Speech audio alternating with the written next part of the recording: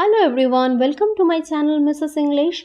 I am Papyana Chatterjee and today in my class I am going to discuss about the difference between Mr., Mrs., Miss and Ms.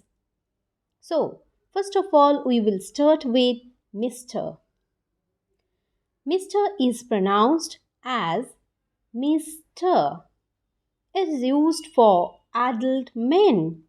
Generally, it is used with the last name of a person. It doesn't determine the marital status.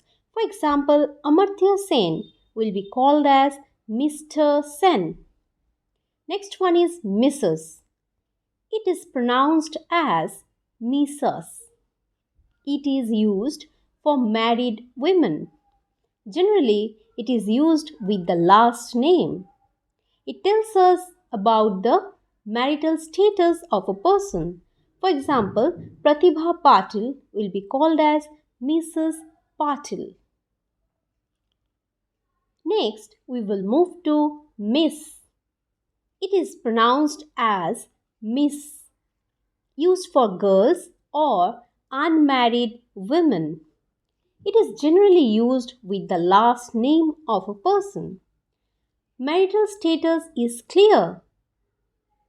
For example, Daisy Sa. It will be called as Miss Sa. Next one is Ms. It is pronounced as Ms. It is used for adult women. Used with the women's last name. It doesn't reveal the marital status. For example, Eva Chatterjee will be called as Ms. Chatterjee. Ms is used for an unknown woman when we don't know if the woman is married or not.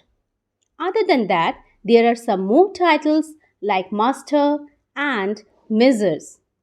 Master is used for a boy or a young man who is under the age of 18 years and unmarried. Messrs is used for a person employed in a company. It is the plural form of Mr. So that's all for today. Hope you liked the video. Go through it.